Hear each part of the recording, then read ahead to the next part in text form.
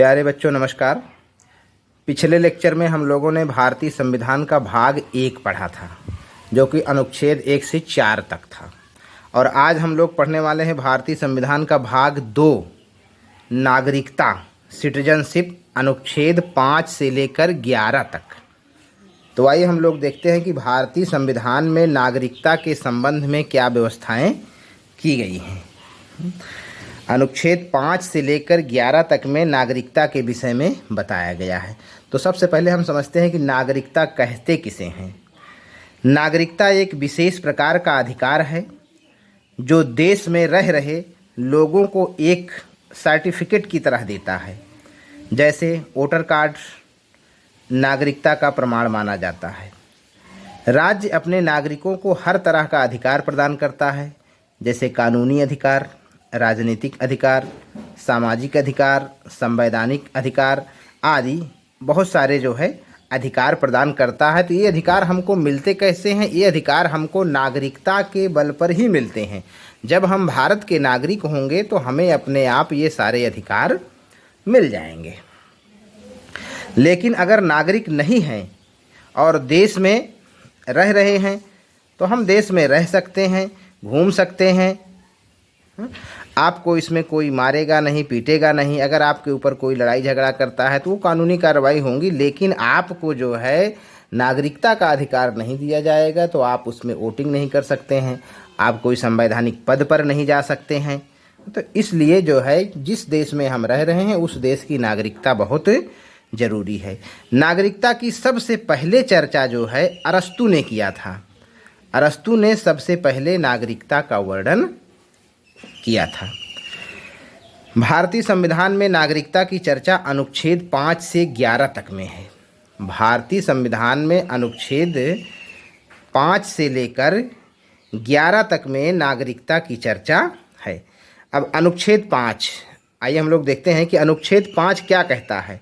अनुच्छेद 5 ये कहता है कि संविधान के प्रारंभ में नागरिकता 26 जनवरी 1950 को भारतीय संविधान लागू हुआ और उसी समय जो है संविधान में जो नागरिकता का प्रावधान किया गया, सही मायने में तो देखा जाए जब देश आज़ाद हुआ तो नागरिकता सिर्फ और सिर्फ जो है सिंपल तरीके से बना दी गई थी, क्योंकि उस समय देश का बंटवारा हो रहा था। तो उस सिचुएशन को संभालने के लिए इसमें सिंपल तरीके से प्रावधान किया गया। तो अनुच्छेद 5 क्या कहता है कि संविधान के प्रारंभ में नागरिकता 26 जनवरी 1950 को संविधान लागू हुआ। अनुच्छेद 5 में 3 शर्तें बताई गई हैं। नंबर 1, क्या कोई भी व्यक्ति नागरिक कब होगा? उसका जन्म भारत में हुआ हो। कोई भी व्यक्ति जिसका जन्म भारत में हुआ हो संविधान प्रारंभ होने से, तो वह भारत का नागरिक होगा। नंबर 2 कंडीशन क्या कहती है? उसके माता पिता का जन्म भारत में हुआ हो।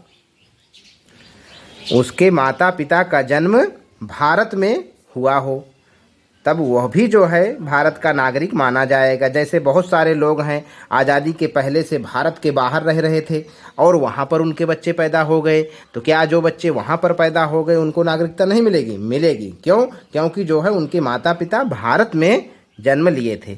और नंबर 3 कंडीशन क्या कहती है कि भारतीय संविधान लागू होने से 5 वर्ष पूर्व से ही भारत में रह रहा है। भारत का संविधान लागू हुआ 26 जनवरी 1950। तो अनुच्छेद 5 कहता है कि भारतीय संविधान लागू होने से 5 वर्ष पूर्व से ही भारत में रह रहा हो तो उसे भी भारत की नागरिकता दे दी जाएगी। जैसे श्रीमती एनी बेसेंट उस समय भारत में बहुत पहले से रह रही थी और देश आज़ाद हो गया, संविधान लागू हो गया, तो उनको भी भारत की नागरिकता दे दी गई। अब अनुच्छेद 6 क्या कहता है? अनुच्छेद 6 कहता है कि पाकिस्तान से भारत आए लोगों की नागरिकता। पाकिस्तान से भारत आए लोगों की नागरिकता। अब यहाँ पर समझने वाली बात है कि भाई जब देश का बंटवारा हो रहा था तो वहाँ पर पाकिस्तान से भी लोग भारत में आ रहे थे और भारत से भी पाकिस्तान में जा रहे थे। तो यहाँ पर 19 जुलाई 1948 के पहले जो भी आ गया था वो भारत का नागरिक हो गया। लेकिन 19 जुलाई 1948 को जो है परमिट नियम लागू कर दिया गया। परमिट नियम के आधार पर 19 जुलाई 1948 को परमिट लागू किया और 19 जुलाई 1948 के बाद जो भी भारत आना चाहता था उन्हें परमिशन या परमिट दिखाना होगा। उसे 6 महीने रुकना पड़ता था। 6 महीने बाद उसको सरकार उसे नागरिकता दे देती थी। पहले क्या था, देश आज़ाद हो रहा था, उस समय भारत से जाना और पाकिस्तान से आना लोगों का बना हुआ था। लेकिन जब देखा गया सिचुएशन ख़राब हो रही थी, बहुत ज़्यादा लोग आ रहे हैं, तो भारत सरकार ने परमिट नियम लागू कर दिया कि 19 जुलाई 1948 के बाद जो भी आएगा उसको परमिट दिखाना होगा और उसे 6 महीने का इंतज़ार करना पड़ेगा। 6 महीने के बाद यदि सरकार को लगता है तो उसे नागरिकता दे दी जाएगी। अनुच्छेद 7 क्या कहता है कि भारत से पाकिस्तान गए लोगों की नागरिकता। अनुच्छेद 6 कहता है कि पाकिस्तान से भारत आए लोगों की नागरिकता। अनुच्छेद 7 कहता है कि भारत से पाकिस्तान गए लोगों की नागरिकता। 1 मार्च 1947 के बाद भारत से गए लोगों के लिए यदि वह वापस आना चाहता है तो उसे भारत की नागरिकता दे दी जाएगी। यहाँ पर अनुच्छेद 7 थोड़ा समझने वाला है। ये कह रहा है कि भारत से पाकिस्तान गए लोगों की नागरिकता। बहुत सारे लोग थे भारत के जो कि देश आज़ादी के पहले ही पाकिस्तान चले गए। उनको जब लगने लगा था कि यह जो है अगस्त में देश का बंटवारा होने वाला है, तो ये लोग क्या किए, मार्च में ही या फरवरी मार्च में ही भारत से पाकिस्तान चले गए। लेकिन जब वहाँ चले गए तो उन्हें ऐसा लगा कि अब हमको तो भारत में चले जाना चाहिए क्योंकि पाकिस्तान ठीक देश नहीं है। तो भारत सरकार ने इसके लिए अनुच्छेद 7 की व्यवस्था किया और उसमें कहा कि भारत से पाकिस्तान गए लोगों की नागरिकता, अर्थात 1 मार्च 1947 के बाद भारत से गए लोगों के लिए यदि वह वापस आता है तो उसे नागरिकता दे दी जाएगी। अनुच्छेद 8 क्या कहता है कि भारत के बाहर रह रहा बच्चा भारत का नागरिक होगा यदि उसके माता पिता भारतीय हैं तब। अनुच्छेद 8 कहता है कि भारत के बाहर रह रहा बच्चा भारत का ही नागरिक होगा यदि उसके माता पिता भारत के नागरिक होंगे तब। अनुच्छेद 8। जैसे अब हम लोग देखते हैं भारत के बहुत सारे डॉक्टर हैं, इंजीनियर हैं, भारत के बाहर रह रहे हैं। अब वहाँ पर उनका कोई बच्चा विदेश में पैदा हो जाता है तो बच्चे की नागरिकता कहाँ मानी जाएगी। इसी बात को अनुच्छेद 8 कहता है कि कोई भी व्यक्ति जो है भारत के बाहर रह रहा है और वहाँ पर उसका बच्चा पैदा होता है तो उस बच्चे को भी भारत का नागरिक ही माना जाएगा। बहुत सारे स्वतंत्रता सेनानी भारत से बाहर रह रहे थे उस समय, तो मान लीजिए उस समय भारत से बाहर रह रहे थे तो वहाँ जो बच्चे हुए थे उनको भी तो भारत का नागरिक माना जाना चाहिए। अब अनुच्छेद 9 क्या कहता है। अनुच्छेद 9 कहता है कि विदेशी नागरिकता लेने पर भारत की नागरिकता समाप्त। अनुच्छेद 9 कहता है कि यदि आप विदेशी नागरिकता ले लेते हैं तो भारत की नागरिकता अपने आप समाप्त हो जाएगी। यदि कोई भी व्यक्ति स्वेच्छा से किसी देश की नागरिकता ले लेता है तो वह भारत का नागरिक नहीं रहेगा, उसकी नागरिकता स्वतः ही समाप्त हो जाएगी। अनुच्छेद 10 कहता है नागरिकता का बना रहना जब तक कि कोई अन्यथा कार्य ना करे। किसी भी नागरिक की नागरिकता इतनी आसानी से भारत सरकार नहीं लेती है। जब बहुत विशेष कोई कारण होता है तभी उस व्यक्ति की नागरिकता छीनी जाती है। तो अनुच्छेद 10 ये कहता है कि आप इतनी आसानी से किसी की नागरिकता नहीं ले सकते। तो इसीलिए अनुच्छेद 10 कह रहा है कि भारत का नागरिक बना रहना जब तक कि कोई अन्यथा कार्य ना करे, अर्थात किसी व्यक्ति की नागरिकता ऐसे ही नहीं समाप्त कर दी जाएगी जब तक कि वह कोई ऐसा कार्य ना करे जो संसद के द्वारा बनाए गए कानून को ना मानता हो, देश विरोधी गतिविधियों में लिप्त रहा हो और बहुत सारे भारत विरोधी कार्य करता हो, तब उसकी नागरिकता छीनी जाएगी। अब अनुच्छेद 11 क्या कहता है। अनुच्छेद 11 कहता है कि नागरिकता संबंधी कानून संसद बनाएगी और संसद का गृह मंत्रालय कानून बनाएगी। अनुच्छेद 11 कहता है कि नागरिकता संबंधी कानून संसद बनाएगी। उस समय देश आज़ाद हो रहा था और देश का बंटवारा भी हुआ था। तो संविधान निर्माताओं ने जो भी उनको लगा, उन्होंने नागरिकता से संबंधित कानून बनाया। उसके बाद संसद को यह पावर दे दिया कि संसद अपना समय समय पर नागरिकता से संबंधित कानून बनाएगी। तो इसीलिए अनुच्छेद में कहा गया है कि नागरिकता संबंधी कानून संसद समय समय पर बनाएगी। अब इन्होंने तो सही मायने में देखा जाए नागरिकता से संबंधित कोई विशेष कानून नहीं बनाया। क्यों? क्योंकि जो सिचुएशन थी, जो जैसे रह रहा था, उसको उसी आधार पर इन्होंने नागरिकता दे दिया। लेकिन भारतीय संसद ने पहला नागरिकता अधिनियम 1955 में लाया। भारतीय संसद ने पहला नागरिकता अधिनियम 1955 में लाया और इस अधिनियम में पहली बार 1986 में संशोधन किया गया, 1992 में संशोधन किया गया, 2003 में संशोधन किया गया, 2005 में संशोधन किया गया, 2019 में भी संशोधन किया गया। तो सब यहाँ पर प्रश्न पूछा जाता है कि संसद द्वारा पारित अधिनियम नागरिकता से संबंधित कब लाया गया? तो संसद ने पहला नागरिकता कानून कब लाया था? 1955 में। अब जो 1955 में नागरिकता अधिनियम 1955 आया, इसमें जो है आपको 5 विधियां बताई गई हैं नागरिकता देने की, कि आप किसको किसको नागरिक बनाएंगे। ये विस्तार से जो है इसमें 5 विधियों का वर्णन किया गया है नागरिकता से संबंधित। अब नागरिकता अधिनियम 1955 निम्नलिखित 5 आधारों पर किसी को नागरिकता प्रदान करता है। अब पहले तो हमको सबसे पहले देख लेना चाहिए कि ये 5 आधार कौन कौन से हैं। नंबर 1, जन्म के आधार पर। नंबर 1, जन्म के आधार पर। नंबर 2, वंश के आधार पर। नंबर 3, पंजीकरण के आधार पर। और नंबर 4, देशीकरण के आधार पर। नंबर 5, अर्जित भूमि के आधार पर। ये हमको 1955 में जो नागरिकता संबंधी कानून नागरिकता अधिनियम 1955 में पारित किया गया, उसमें 5 विधियां बताई गई जिसके आधार पर आप भारत के नागरिक हो सकते हैं। पहला हमने बताया जन्म के आधार पर, दूसरा बताया वंश के आधार पर, तीसरा बताया पंजीकरण के आधार पर, चौथा बताया देशीकरण के आधार पर, 5वां बताया अर्जित भूमि के आधार पर। आइए अब हम इसको विस्तार से चर्चा करेंगे कि नंबर 1, जन्म के आधार पर कोई भी व्यक्ति भारत का नागरिक कैसे बन सकता है। तो जन्म के आधार पर क्या कहता है? By birth. बाई बर्थ के आधार पर कोई भी भारत में जन्म लेगा, कोई भी भारत में जन्म लेगा तो वह भारत का नागरिक होगा। ये कानून कब बन रहा है? हमारे सांसदों ने इस पर कोई गहराई से अध्ययन नहीं किया कानून बनाते समय। इन्होंने बताइए 1955 में सीधे सीधे लिख दिया कि यदि कोई भी भारत में जन्म लेगा तो वह भारत का नागरिक माना जाएगा। अब आप बताइए, कोई भी व्यक्ति कहीं भी रहे और उसकी डिलीवरी भारत में हो जाए तो ऑटोमेटिक वह भारत का नागरिक बन जाएगा। क्यों? क्योंकि भारत का संविधान ही कह रहा है, भारत का कानून कह रहा है कि यदि किसी बच्चे का जन्म भारत में हो गया तो वो जो है भारत का नागरिक माना जाएगा।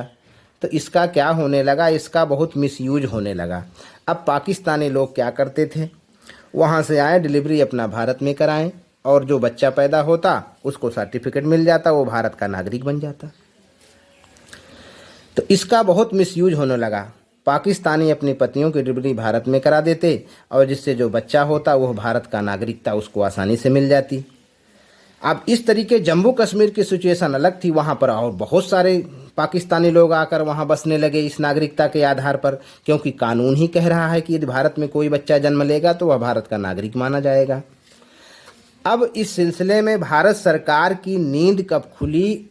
31 साल बाद 1986 में भारत सरकार को लगा कि इस तरीके तो बहुत सारे पाकिस्तानी आकर हमारे देश में बस जा रहे हैं और उनका मोटिव होता है कि भारत में आतंकवाद फैलाना है।